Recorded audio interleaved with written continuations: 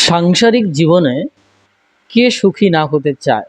বিশেষ করে দাম্পত্য জীবনে যারা সাংসারিক জীবনযাপন করছেন, সেক্ষেত্রে আপনার স্ত্রীর কাছে কোন বিষয়টি বলবেন আর কোন বিষয়টি বলবেন না? বিশেষ করে যারা স্বামী, তাদের সপক্ষে আমি কথাটি বলছি।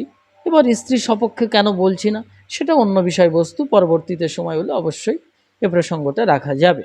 এখন বিষয়টি হচ্ছে যে আপনি দাম্পত্য জীবনে আপনার স্ত্রীর কাছে কোন বিষয়টি গোপন রাখবেন বা কোন বিষয়টি গোপন রাখবেন না, তার ভেতরে উৎকৃষ্ট যে বিষয়টি আমি সেটা গুরুত্ব দেব, যে সেটা হচ্ছে আপনার স্ত্রীর সামনে পরের স্ত্রীর প্রশংসা কখনোই করবেন না।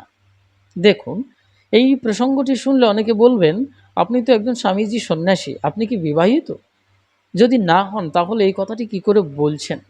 দেখুন, বৈবাহিক জীবনে ভগবান শিবশঙ্কর অবতার আদি শঙ্করাচার্য কিন্তু জাননি, কিন্তু তাকে কাম কলা তত্ত্ব সম্পর্কে জানতে হয়েছিল। শাস্ত্রে বহু জায়গায় অনেক বড় বড় মহামনীষী রয়েছেন যারা বিবাহিত জীবনে প্রবেশ করেননি, অর্থাৎ দাম্পত্য জীবনে প্রবেশ করেননি, কিন্তু তারা সমাজ সংস্কারের জন্য সাধনায় গিয়ে অনেক তত্ত্বকথা, অনেক গভীর তাৎপর্য এবং অনেক জ্ঞান উপলব্ধি করে তার সেই স্বভাব জ্ঞান জগৎ সংসারে কল্যাণের জন্য প্রসার করেছেন, যাতে জীবের কল্যাণ হোক। এই জন্যে সন্ন্যাসীদের একমাত্র উদ্দেশ্য হচ্ছে যে তার আত্মমুক্তি, অর্থাৎ আত্মদর্শন, আর দ্বিতীয়ত হচ্ছে জীবের কল্যাণ। তো আমরা শৈব সম্প্রদায় সন্ন্যাসী যখনই আমরা স্বীকার করি, তখন এটা স্বীকার করতে হয় যে সত্যম শিবম মঙ্গলম, শিব সত্যস্বরূপ মঙ্গলস্বরূপ, তিনি জগতের মঙ্গল করবার জন্যে সবসময় রয়েছেন। এই জন্য তার নাম ভগবান শিবশঙ্কর, অর্থাৎ তিনি কল্যাণ করছেন। এই জন্যে তারই সম্প্রদায় আশ্রিত হয়ে আমাদের জৈবিক জীবনে প্রবেশ করেছি যখন, অর্থাৎ আমরা জন্ম নিয়েছি যখন, তখন আমাদের জীবনের উদ্দেশ্য প্রথমত ঈশ্বর দর্শন, ঠাকুর রামকৃষ্ণ পরমহংসদেবের পরিবেশে, আর দ্বিতীয়ত জীবের কল্যাণ, জগৎ কল্যাণ এবং বিশ্ব কল্যাণ। এই জন্যে প্রসঙ্গত এখানে এই কথাগুলো আসতেই পারে। এটা বিতর্কিত কথা নয়, সমালোচনার কোনো কথা নয়। এবং ব্যক্তির জীবনে এমন এমন জিনিস আছে সাধনার দ্বারা উপলব্ধি করা যায়। ব্যক্তিগত জীবনে, দাম্পত্য জীবনে না গেলেও চলমান জীবনে বহু পরিবারের সাথে আমাদের সংস্পর্শ অবশ্যই ঘটেছে, এবং বহু পরিবারকে তাদের দাম্পত্য জীবনের যে সংঘর্ষ, তাদের যে আনন্দদায়ক সুখদায়ক যে সমস্ত জীবনের পরিস্থিতি, সেগুলো আমরা দেখেছি, বা সে সমস্ত গভীরভাবে যদি আমরা উপলব্ধি করি, তাহলে আমরা দেখতে পাই যে দাম্পত্য জীবনে একজন স্বামী তার স্ত্রীর কাছে কোন কোন বিষয়টি গোপন করলে খানিকটা স্বস্তিতে থাকেন, বা প্রকাশ করে ফেললে তখন অসুবিধার সৃষ্টি হয় আরও বেশি। যে বিষয়টি আমি গুরুত্ব দিয়েছি সেটা হচ্ছে, আপনার স্ত্রীর সামনে কখনোই পরের স্ত্রীর প্রশংসা করবেন না। আবার এটার মানে যে আপনি নিন্দা করবেন সেটাও নয়। বিশেষত পরস্ত্রী প্রসঙ্গটা বেশি টেনে নিয়ে আসলেই দেখবেন, আমাদের বিশেষভাবে বাঙালি সমাজে প্রাচীন ঐতিহ্যের দিক থেকে যদি আমরা দেখি, তাহলে কিন্তু কোনো নারী বা স্ত্রী সাধারণত পরস্ত্রীর কথা তার স্বামীর মুখে শ্রবণ করতে চান না। সেক্ষেত্রে তার ভিতরে একটা প্রতিহিংসা বা একটা হিংসা কাজ করে।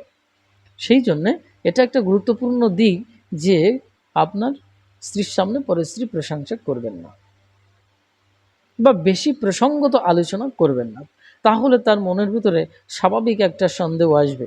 এটা আসে, এটা অধিকাংশ নারী সমাজ বা স্ত্রী সমাজ অস্বীকার করতে পারবেন না। তবে বর্তমান সময় যে সমস্ত পলিগামিক যুগ এসছে, তারপরে যে সমস্ত বহু বিবাহের যুগ এসছে, তারপরে ডাইভোর্সের যে আইন বিধিসম্মত যে বিষয়গুলো এসছে, এখন মানুষ বা নারী সমাজ বা সমাজ এখন প্রচণ্ড ফ্রাঙ্ক হতে চাইছে।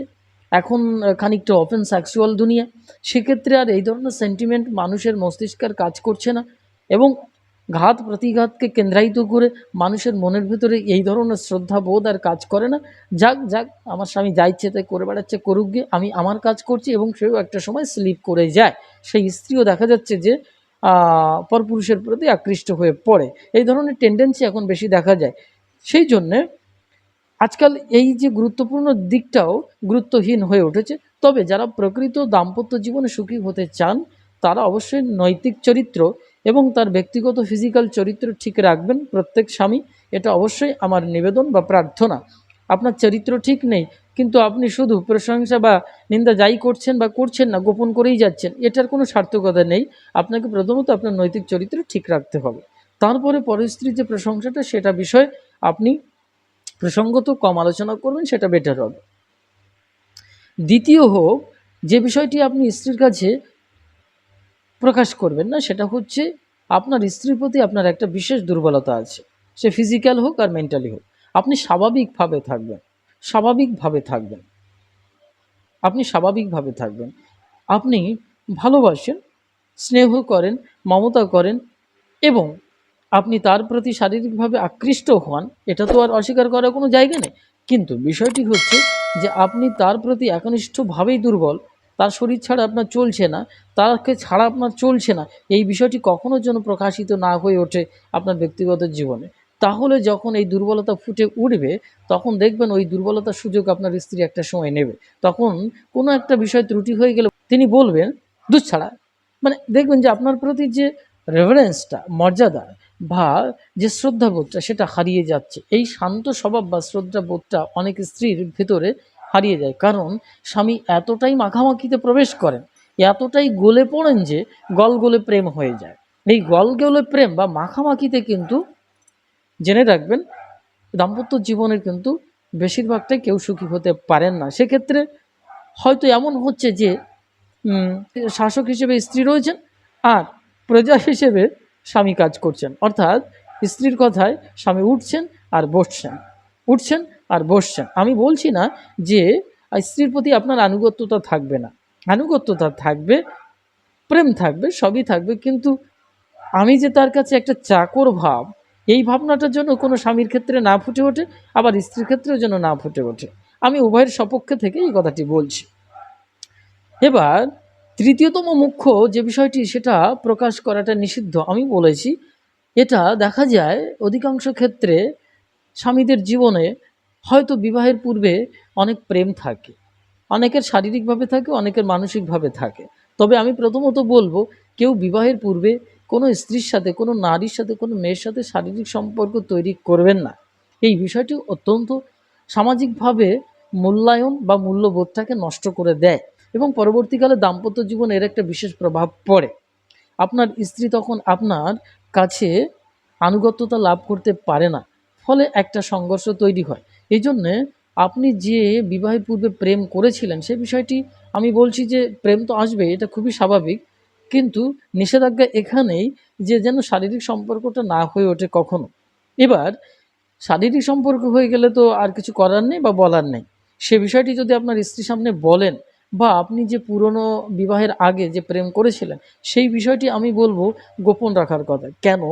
আপনার যদি একটা লিগ্যাল প্রেম থেকেও থাকে, আপনি প্রকাশ করলেন আপনি বিবাহের পূর্বে যে দেখো আমার অমুকের সাথে সম্পর্ক ছিল, তুমি যদি আমাকে এটা জেনে বিবাহ করতে পারো। আজকাল অনেকেই এরকম ওপেন হয়ে গেছেন যে বিবাহের পরে প্রকাশ করলে ব্যাপারটা তখন যেভাবে গড়িয়ে যাবে, যেভাবে সংঘর্ষ সৃষ্টি করে, এর থেকে পূর্বেই ক্লারিফাই করে নেওয়া উচিত। এই জিনিসটাকে পরিষ্কার পরিচ্ছন্নভাবে জানিয়ে দিক, তারপরে তার মেন্টাল যদি স্ট্রেংথ থাকে তাহলে আমাকে গ্রহণ করবে, বেটার, আমার দাম্পত্য জীবন আমি সুখী হতে পারবো। এই যে ভাবনাটা করতে গিয়ে অনেকে এটা বলেন, অধিকাংশ স্ত্রীর ক্ষেত্রে কিন্তু এটা মেনে নিতে পারেন না। হয়তো কোনো কোনো সৎসাহসী যারা নারী সমাজ আছেন বা মেয়েরা আছেন তারা এটাকে হয়তো মেনে নিতে পারেন, তারা যথেষ্ট ওপেন মাইন্ডেড যে জীবনে ভুল হতেই পারে। কিন্তু অধিকাংশ ক্ষেত্রে এই কন্ট্রাকশানটা কিন্তু কাজ করে যে ও আচ্ছা, বিবাহের পূর্বে এরকম সম্পর্ক ছিল, এখন কি না জানি কি করছে, এত দেরি কেন করছে, অফিস ডিউটি 8টার সময় সে রাত্রি 11টা কেন হচ্ছে, এই নানান কিছু নিয়ে তখন কিন্তু মনের ভেতরে একটা জটলা পাকাতে শুরু করে আপনার স্ত্রী। সুতরাং এই যে পুরনো প্রেমের দুর্বলতার কাহিনীটা আপনি বললেন, সেটা মানসিক হলে খানিকটা আপনি স্বস্তি পেতে পারেন, কিন্তু আপনি যদি ফিজিক্যাল রিলেশনের কথাটা আপনি প্রকাশ করেন, এটা নিশ্চিত জেনে রাখুন আমি বাস্তবিক জীবনে অনেক পরিবারকে দেখেছি, তারা বিবাহের পূর্বে বা পরে জিজ্ঞাসা করেছে তার স্বামীকে যে তোমার কোনো নারীর সাথে সংস্পর্শ ছিল কিনা, তা সেই সমস্ত পুরুষগণ স্বীকার করেছেন যে কোনোভাবে। পরবর্তীকালে দেখা যাচ্ছে সেই স্ত্রীরা কি হচ্ছে, তাদের নৈতিক চরিত্র ধরে রাখতে পারছেন না এবং তার স্বামীর প্রতি সেই আনুগত্যতা বা শ্রদ্ধা থাকছে না। এটা খুবই স্বাভাবিক নিয়ম।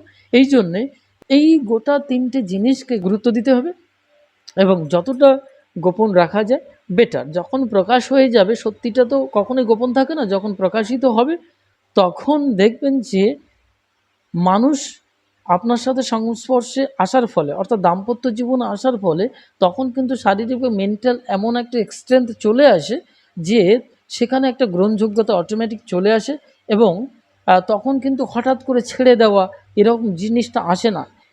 এই দীর্ঘদিন দুটো অপরিচিত শরীর কাছাকাছি থেকে পরিচিত হওয়ার ফলে এতটা সংকর্ষণ কাজ করে এবং একটা আপন ভাব কাজ করে, তখন কিন্তু সে পরিত্যাগ করতে পারে না। অনেক ঘটনাকে সে মেনে নিতে বাধ্য হয়। এই জন্যে তখন যে সত্যটা প্রকাশিত হয়ে পড়বে, তখন আপনার জন্য আমি ব্যক্তিগতভাবে মনে করি খানিকটা আপনাকে সহযোগিতা প্রদান করবে। তবে এটাও আবার সত্য, অন্তিমে আমি বলব, কোনো সত্যকে গোপন করাটা কিন্তু উচিত নয়। অন্তিমে আমি সবাইকে বলব, জীবন চলার পথে সত্যকে ধারণ করুন, সত্যকে বুকে আঁকড়ে ধরুন এবং সত্যের সঙ্গে আলিঙ্গন করুন। কিন্তু মিথ্যাচার করবেন না এবং অনৈতিক জীবনযাপন করবেন না, যেটা পরবর্তীকালে আপনাকে গোপনীয়তাটা, সিক্রেসিটাকে মেনটেন করতে হয়। যার ফলে একটা সত্যকে গোপন করার জন্যে আরও 10টা মিথ্যাচার করতে হচ্ছে, আরও 10টা মিথ্যাকে আপনাকে তৈরি করতে হচ্ছে, তখন জীবন অতিষ্ঠ হয়ে উঠবে। এজন্য আমি বলব, সত্যের প্রতি নিষ্ঠা রেখে, নৈতিক জীবন চরিত্রকে ঠিক রেখে আপনি চলুন এবং সত্য কথা বলুন এবং সত্যাচার করুন। কোনো কিছুই আপনাকে গোপন করবার আবশ্যকতা থাকবে না এবং আপনি দাম্পত্য জীবনে দেখবেন আপনার স্ত্রীর সাথে, অর্থাৎ স্বামী স্ত্রী দুজনে মিলে সুখী সুন্দর জীবনযাপন করছে।